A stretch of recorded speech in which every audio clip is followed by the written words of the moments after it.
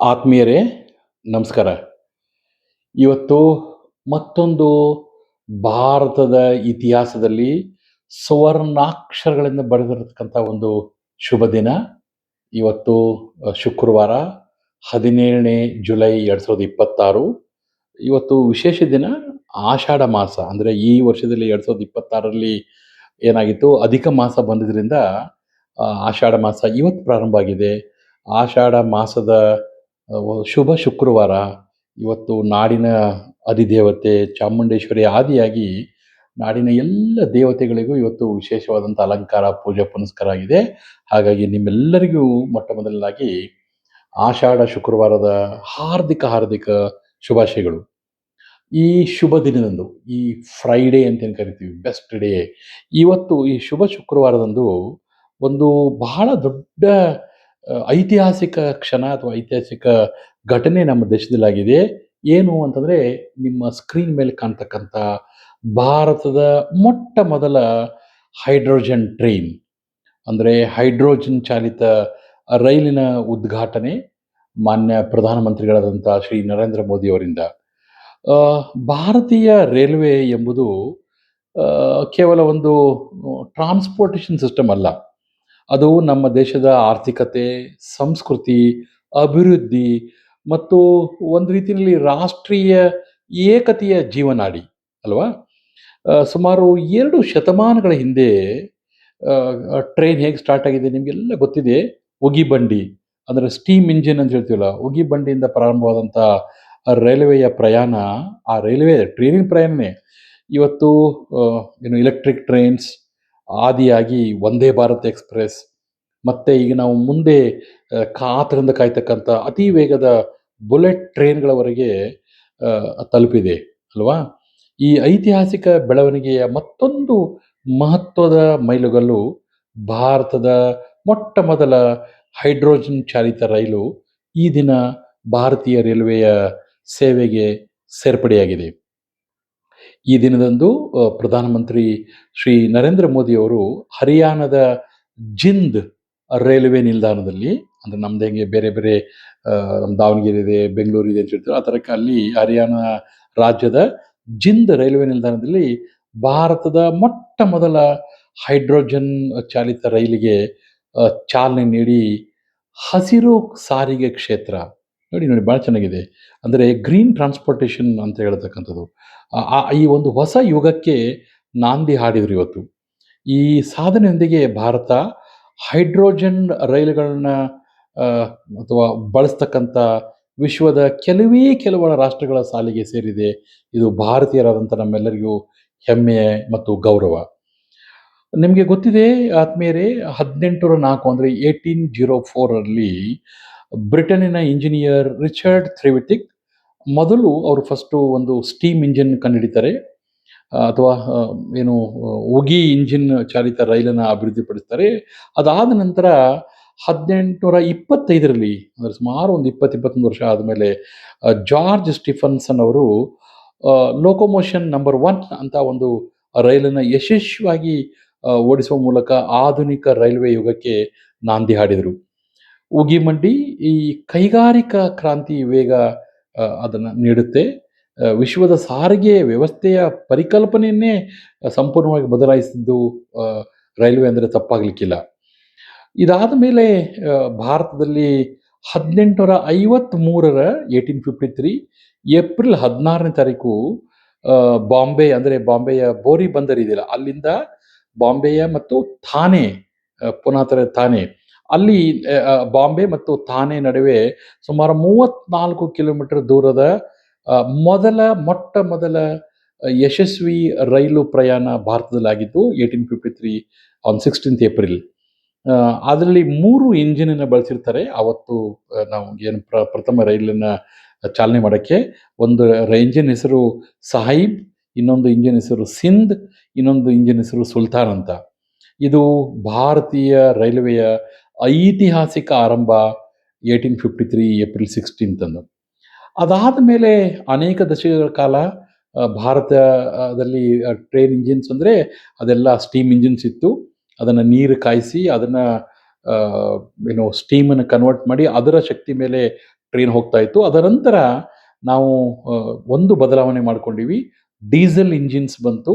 ಅದು ನಮಗೆ ಹೆಚ್ಚಿನ ವೇಗ ಕೊಡ್ತಾ ಇತ್ತು. ಕಡಿಮೆ ನಿರ್ವಹಣಾ ವೆಚ್ಚ, ಅಂದರೆ ಸ್ವಲ್ಪ ಅದರದ್ದು ಮೇಂಟೆನೆನ್ಸ್ ಕಡಿಮೆ ಆಗ್ತಿತ್ತು. ಆಮೇಲೆ ಅದರ ಪುಲ್ಲಿಂಗ್ ಕೆಪಾಸಿಟಿ ಜಾಸ್ತಿ ಇತ್ತು. ಉತ್ತಮ ಕಾರ್ಯಕ್ಷಮತೆ ಹೊಂದಿರ್ತಿತ್ತು ಈ ಇಂಜಿನ್ಸ್, ಇವು ಡೀಸೆಲ್ ಇಂಜಿನ್ಸು. ಹಾಗಾಗಿ ಡೀಸೆಲ್ ಇಂಜಿನ್ನು ನಮಗೆ 1960 ನಂತರ ಈ ಭಾರತೀಯ ರೈಲುಗಳಲ್ಲಿ ಡೀಸೆಲ್ ಇಂಜಿನ್ಸು ಸಾಮಾನ್ಯವಾಗಿ ನಾವು ಅದರ ಬಳಕೆ ಸ್ಟಾರ್ಟ್ ಮಾಡ್ತೀವಿ.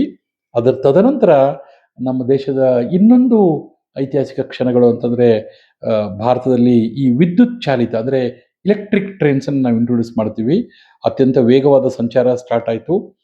ಕಡಿಮೆ ವಾಯು ಮಾಲಿನ್ಯ ಆಯಿತು. ಆಮೇಲೆ ಕಡಿಮೆ ಮೇಂಟೆನೆನ್ಸ್ ಖರ್ಚಾಗ್ತಿತ್ತು. ಹೆಚ್ಚು ದಕ್ಷತೆ ಇತ್ತಂಥದ್ದು, ಎಫಿಷಿಯನ್ಸಿ ಜಾಸ್ತಿ ಇತ್ತು. ಆಮೇಲೆ ಕಡಿಮೆ ಶಬ್ದ. ಈ ಡೀಸೆಲ್ ಇಂಜಿನ್ಸ್ನ ಕಂಪೇರ್ ಮಾಡಿದ್ರೆ ಕಡಿಮೆ ಶಬ್ದದ, ಅಂದರೆ ಆದಷ್ಟು ಯೂಸರ್ ಫ್ರೆಂಡ್ಲಿ ಟ್ರೈನ್ಸ್ ಸಿಗ್ತಾ ಇತ್ತು. ಇದರಿಂದ ನಮಗೆ ಬಹುತೇಕ ಮಾರ್ಗಗಳು ಇವತ್ತು ಒಂದು 80-90% ನಮ್ಮ ಏನು ಇಂಡಿಯನ್ ರೈಲ್ವೆ ಟ್ರ್ಯಾಕ್ಸ್ ಇದೆ ಅದೆಲ್ಲ, ಅಥವಾ ನೆಟ್ವರ್ಕ್ ಇದೆ, ಅದು ಎಲೆಕ್ಟ್ರಿಫಿಕೇಶನ್ ಆಗಿದೆ ಅಥವಾ ವಿದ್ಯುದೀಕರಣಗೊಂಡಿದೆ ಅಂತ ಹೇಳಿದರೆ ತಪ್ಪಾಗಲಿಕ್ಕಿಲ್ಲ. ಸಾಕಷ್ಟು ಪರಿಸರ ಸ್ನೇಹಿ ಈ ಸಾರಿಗೆ ವ್ಯವಸ್ಥೆ ಆಗ್ತಿದೆ ನಮ್ಮ ಎಲೆಕ್ಟ್ರಿಕ್ ಟ್ರೈನ್ಸು. ಇದರ ನಂತರ ನಮಗೀಗ ಮುಂದಿನ ಕನಸು ಯೋಜನೆಗಳು ನಮ್ಮದು ಭವಿಷ್ಯದ ರೈಲುಗಳಂತಂದರೆ bullet train, around 320 kilometres per hour ಓಡ್ತಕ್ಕಂಥ ಒಂದು ಅತ್ಯಾಧುನಿಕ ಸುರಕ್ಷತಾ ವ್ಯವಸ್ಥೆ, ಅತ್ಯಂತ ಆರಾಮದಾಯಕ ಪ್ರಯಾಣ, ವಿಶ್ವದರ್ಜೆಯ ತಂತ್ರಜ್ಞಾನನ ಬಳಸಿಕೊಂಡು ನಮ್ಮಲ್ಲಿ ಬುಲೆಟ್ ಟ್ರೈನ್ ಇನ್ನೇನು ಸ್ವಲ್ಪ ದಿನಗಳಲ್ಲಿ, ಕೆಲವೇ ತಿಂಗಳುಗಳಲ್ಲಿ ಭಾರತೀಯರ ಸೇವೆಗೆ ಸಜ್ಜಾಗ್ತಾ ಇದೆ ಅಂತ ಹೇಳಕ್ಕೆ ಹೆಮ್ಮೆ ಆಗ್ತದೆ. ಒಂದು ಕ್ರಾಂತಿಕಾರಿ ಹೆಜ್ಜೆ. ಅದೇ ದಿಸೆಯಲ್ಲಿ ಇವತ್ತು ಮೊಟ್ಟ ಮೊದಲ ಬಾರಿಗೆ ಐತಿಹಾಸಿಕ ಆದಂಥ ಒಂದು ಸಾಧನೆ ಭಾರತದಲ್ಲಿ, ಏನು ಹೈಡ್ರೋಜನ್ ಟ್ರೈನ್ ಅಂತೇಳಿ. ಏನು ಸರ್ ಇದು ಹೈಡ್ರೋಜನ್ ಟ್ರೈನ್ ಅಂತಂದರೆ, ಇದು ಸಾಮಾನ್ಯ ಡೀಸೆಲ್ ಅಥವಾ ಹೊರಗಡೆಯಿಂದ ನಮಗೆ ನೋಡಿ ಎಲೆಕ್ಟ್ರಿಕ್ ಟ್ರೈನಲ್ಲಿ ಮೇಲ್ಗಡೆ ಒಂದು ಎಲೆಕ್ಟ್ರಿಕ್ ಲೈನ್ ಇರುತ್ತೆ, ಅದರಿಂದ ಅದು ಕರೆಂಟನ್ನು ತಗೊಂಡು ಟ್ರೈನ್ ಓಡ್ತಾ ಇರುತ್ತೆ. ಇದು ಡೀಸೆಲ್ ಮೇಲೂ ಡಿಪೆಂಡ್ ಆಗಿಲ್ಲ, ಸ್ಟೀಮ್ ಮೇಲೂ ಡಿಪೆಂಡ್ ಆಗಿಲ್ಲ. ಹಾಗಾಗಿ ಮತ್ತೆ ವಿದ್ಯುತ್ ತಂತಿ ಅಂದರೆ ಎಲೆಕ್ಟ್ರಿಕ್ ಸಪ್ಲೈನೂ ಬೇಕಾಗಿಲ್ಲ, ಎಲೆಕ್ಟ್ರಿಸಿಟಿನೂ ಬೇಕಾಗಿಲ್ಲ. ಇದರಲ್ಲಿ ಏನಾಗಿದ್ದಾರೆ, ಏನು ಮಾಡ್ತಾರೆ, ಮತ್ತು ಎನರ್ಜಿ ಹೇಗೆ ಬರುತ್ತೆ ಇದಕ್ಕೆ, ಅದರ ಪುಲ್ಲಿಂಗ್ ಕೆಪಾಸಿಟಿ ಏನಂದರೆ, ಈ ಟ್ರೈನಿನ ಇಂಜಿನ್ಗಳಲ್ಲಿ ನಾವು ಹೈಡ್ರೋಜನ್ ಫ್ಯೂಲ್ ಸೆಲ್ ಅವನ್ನ ಇನ್ಸ್ಟಾಲ್ ಮಾಡಿರ್ತೀವಿ, ಇರುತ್ತೆ. ಅವು ಏನು ಮಾಡ್ತಾವೆ ಅಂದರೆ, ಹೈಡ್ರೋಜನನ್ನು ಬಳಸಿಕೊಂಡು ಆ ಟ್ರೈನಿನ ಮೇಲ್ಗಡೆಗೆ ಹೈಡ್ರೋಜನ್ ಸೆಲ್ ಹಾಕಿರ್ತೀವಿ. ಅಂದರೆ ಸಿಲಿಂಡರ್ ಅಂತ ಅಂದ್ಕೊಂಡು ನಮ್ಮ ಭಾಷೆಗೆ ನಮ್ಗೆ ಅರ್ಥ ಆಗಲಿಕ್ಕೆ, ಅದು ಹೈಡ್ರೋಜನ್ ಫಿಲ್ಅಪ್ ಮಾಡಿದಂಥ ನಮ್ಮ LPG ಸಿಲಿಂಡರ್ ಇರ್ತದೆ ಆ ಥರಕ್ಕೆ ಅಂದ್ಕೊಂಡ್ರು ಭಾವಿಸಿದ್ರು ತಪ್ಪಾಗಲಿಕ್ಕಿಲ್ಲ. ಆ ಹೈಡ್ರೋಜನ್ ಸೆಲ್ಗಳಲ್ಲಿ ಹೈಡ್ರೋಜನ್ ತುಂಬಿರ್ತಾರೆ. ಆಮೇಲೆ ಟ್ರೈನ್ ಸಂಚರಿಸಬೇಕಾದ್ರೆ ಎಲ್ಲ ಕಡೆಗೂ ಸಾಕಷ್ಟು ಗಾಳಿ ಇರುತ್ತೆ. ಗಾಳಿಲಿರ್ತಕ್ಕಂಥ ಆಕ್ಸಿಜನ್ ಅಂದರೆ ಆಮ್ಲಜನಕ ತಗೊಂಡು ಹೈಡ್ರೋಜನನ್ನು ನಾವು ಹೈಡ್ರೋಜನ್ ಆ್ಯಂಡ್ ಈ ಆಕ್ಸಿಜನ್ ಒಂದು ಕೆಮಿಕಲ್ ರಿಯಾಕ್ಷನ್ ಆಗಿ ಏನಾಗುತ್ತೆ, ಕರೆಂಟ್ ಉತ್ಪಾದನೆ ಆಗುತ್ತೆ. ಆ ವಿದ್ಯುತ್ತಿನಿಂದ ಈ ರೈಲಿನ ಮೋಟಾರ್ ಸ್ಟಾರ್ಟ್ ಆಗುತ್ತೆ. ಅದರಿಂದ ಇಡೀ ಟ್ರೈನು ಚಲಿಸುತ್ತೆ. ಇದು ಟ್ರೈನು ಓಡಿದಾಗ ಬಹಳ ಇಂಪಾರ್ಟೆಂಟ್ ಅಂದರೆ, ಇದು ಗ್ರೀನ್ ಎನರ್ಜಿ, ಭಾಳ ಎಕೋ ಫ್ರೆಂಡ್ಲಿ. ಯಾಕೆ ಅಂತಂದರೆ, ಈ ಯಾವುದೇ ಹೈಡ್ರೋಜನ್ ಟ್ರೈನ್ಗಿಂತ ಮುಂಚೆ ನಾವು ಓಡಿಸ್ತಕ್ಕಂಥ ಡೀಸೆಲ್ ಟ್ರೈನ್ ಎಲ್ಲ ಇದ್ದರೆ ಅದು ಸಾಕಷ್ಟು ಹೊಗೆ ಬಿಡುತ್ತೆ, ಪೊಲ್ಯೂಷನ್ ಆಗುತ್ತೆ ಅನ್ನೋದು ಗೊತ್ತಿತ್ತು. ಬಟ್ ಇದರಲ್ಲಿ ಏನೂ ಇಲ್ಲ, ಜೀರೋ ಪೊಲ್ಯೂಷನ್ ಇದು. ಇದಕ್ಕೆ ಕಾರ್ಬನ್ ಎಮಿಷನ್ ಅಂತ ಇಲ್ಲ. ಯಾಕೆಂದರೆ ಇದು ಏನು ಹೊರಗಡೆ ಬಿಡುತ್ತೆ ಅಂದರೆ, ಸ್ವಲ್ಪ ವಾಟರ್ ವೇಪರ್ ಬಿಡುತ್ತೆ. ಓಹೋ, ಇದು ಏನು ಗಾಳಿಯಿಂದ ಏನು ತಗೊಳುತ್ತೆ, ಆಕ್ಸಿಜನ್ ತಗೊಂಡು ಗಾಳಿಗೆ ಮತ್ತೆ ಒಂಚೂರು ತೇವಾಂಶ ಅನ್ಕೋಬೋದು, ವಾಟರ್ ವೇಪರ್ನ, ನೀರಿನ ಆವಿ ಅಂತೀವಿ ನಾವು, ಅದನ್ನು ಬಿಡುತ್ತೆ. ಹಾಗಾಗಿ ಇದು ನಿಯರ್ ಟು ಜೀರೋ ಅಂತ ಎಮಿಷನ್ ಅಂತ ಹೇಳ್ತೀವಲ್ಲ, ಆ ಥರದ ಎಮಿಷನ್ ಇದೆ. ಇದು ಹೈಡ್ರೋಜನ್ ಹೇಗೆ ಪ್ರೊಡ್ಯೂಸ್ ಮಾಡ್ತಾರೆ ಅಂತಂದರೆ, ಸಿಂಪಲ್ 8ನೇ ಕ್ಲಾಸ್ ಮಕ್ಕಳಿಗೆ, ಅಟ್ಲೀಸ್ಟ್ 10th ಮಕ್ಕಳಿಗಂತೂ ಸಿಕ್ಕೇ ಸಿಗುತ್ತೆ, ಕಲ್ತಿದ್ದಾರೆ ಈ ವರ್ಷದ CBSE ಮಕ್ಕಳಿಗೂ ಗೊತ್ತಿದೆ. ಇಲೆಕ್ಟ್ರೋಲೈಸಿಸ್ ಅಂತ ಒಂದು ಪ್ರೊಸೆಸ್ ಇದೆ. ನಾವೇನು ಮಾಡ್ತೀವಿ ಅಂದರೆ, ಈ ವಾಟರ್ನ ಇಲೆಕ್ಟ್ರೋಲೈಸಿಸ್ ಪ್ರೊಸೆಸ್ಸಲ್ಲಿ, ಅಂದರೆ ಅದಕ್ಕೆ ಕರೆಂಟ್ ಹಾಸಿದಾಗ ನೀರು ಒಡೆದು ಹೋಗುತ್ತೆ, ಇನ್ ದ ಸೆನ್ಸ್ ಅದು ಎಲೆಕ್ಟ್ರೋಲೈಸ್ ಆಗುತ್ತೆ. ಆವಾಗ ಹೈಡ್ರೋಜನ್ನು ಮತ್ತು ಆಮ್ಲಜನಕ ಅಂದರೆ ಆಕ್ಸಿಜನ್ ಉತ್ಪಾದನೆ ಆಗುತ್ತೆ. ಹಾಗೆ ನೀರನ್ನು ಬಳಸಿ ನಾವು ಹೈಡ್ರೋಜನನ್ನು ಎಕ್ಸ್ಟ್ರಾಕ್ಟ್ ಮಾಡ್ತೀವಿ. ಅದನ್ನು we call it as what is called, ಆ ಹೈಡ್ರೋಜನನ್ನು ತಗೊಂಡು ಅದನ್ನು ಸೆಲ್ಗಳಲ್ಲಿ ಅಥವಾ ಸಿಲಿಂಡರ್ಗಳಲ್ಲಿ ಫಿಲ್ಅಪ್ ಮಾಡಿ ಅದನ್ನು ಈ ಥರದ ಟ್ರೈನಿಗೆ ನಾವು ಅಳವಡಿಸ್ತೀವಿ. ಇದು ಸಂಪೂರ್ಣ ಪರಿಸರ ಸ್ನೇಹಿ, ಆಗಲೇ ಹೇಳಿದಂಗೆ ಇಕೋ ಫ್ರೆಂಡ್ಲಿ, ಎನ್ವೈರನ್ಮೆಂಟಲ್ ಫ್ರೆಂಡ್ಲಿ. ಇದು ನಮ್ಮದು ಭಾಳ ಇಂಪಾರ್ಟೆಂಟು. ಇವತ್ತು ಹೈಡ್ರೋಜನ್ ಟ್ರೈನ್ ಏನಿದೆ ಮಕ್ಕಳೇ ಕೇಳಿ, ಇದು ಕಂಪ್ಲೀಟ್ಲಿ ಅಂದರೆ ಇದು ಇಂಡಿಜಿನಿಯಸ್, ಅಂದರೆ ಇಡೀ ಸ್ವದೇಶಿ ತಂತ್ರಜ್ಞಾನ ಇದು. ನಮ್ಮ ದೇಶದವರೇ ಅಭಿವೃದ್ಧಿ ಮಾಡಿದ್ದೀವಿ. ಇದಕ್ಕೆ ಗ್ರೀನ್ ಏನು ಎನರ್ಜಿ ಅಥವಾ ಹಸಿರು ಇಂಧನ ಅಂತ ಹೇಳ್ತೀವಿ. ಹೊಗೆ ರಹಿತ ಸಂಚಾರ, ಇದೇನು ಹೊಗೆ ಮಾಡಲ್ಲ. ಕಾರ್ಬನ್ ಸೂಸುವಿಕೆ ಅತ್ಯಂತ ನಿಲ್ಲು, ಇಲ್ಲಾಂದ್ರೂ ಓಕೆ. ಅತ್ಯಾಧುನಿಕ ಸುರಕ್ಷತಾ ವ್ಯವಸ್ಥೆ ಇದರಲ್ಲಿದೆ. ಆಮೇಲೆ ಹೈಡ್ರೋಜನ್ ಅಕಸ್ಮಾತು ಲೀಕ್ ಆದರೆ ಅದು ಡೇಂಜರಸ್ ಅಲ್ವಾ. ಆದರೆ ಇದಕ್ಕೆ ಅದೆಲ್ಲ ಸಿಸ್ಟಮ್ ಇದೆ, ಡಿಟೆಕ್ಷನ್ ಸಿಸ್ಟಮ್ ಇದೆ. ಆಮೇಲೆ ತುಂಬ ತುಂಬ ಸೇಫ್ಟಿ ಮೆಜರ್ಸ್ಗಳನ್ನ ಮಾಡಿದ್ದಾರೆ.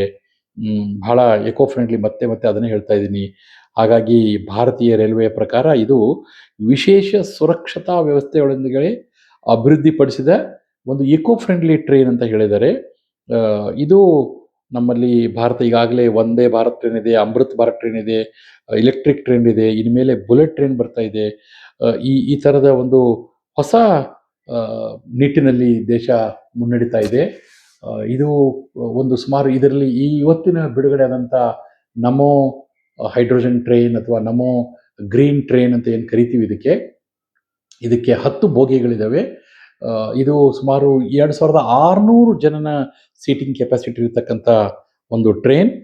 ನೋಡಿ, ಉಗಿ ಬಂಡಿಯಿಂದ ಆರಂಭವಾದ ಭಾರತೀಯ ರೈಲ್ವೆ ಪ್ರಯಾಣ ಡೀಸೆಲ್ಲು, ಎಲೆಕ್ಟ್ರಿಕ್ ಟ್ರೈನು ಹಾಗೆ ಇವತ್ತು ಹೈಡ್ರೋಜನ್ ಟ್ರೈನ್ ತನಕ ಬೆಳೆಯುತ್ತಿರೋದು ಭಾರತದ ತಾಂತ್ರಿಕ ಸಾಮರ್ಥ್ಯ ಹಾಗೂ ಅಭಿವೃದ್ಧಿಯ ಸಂಕೇತ ಆಗಿದೆ ಅಂತೇಳಿ ನಾವು ಅದನ್ನು ಗಟ್ಟಿಯಾಗಿ ಹೇಳ್ಬೋದು.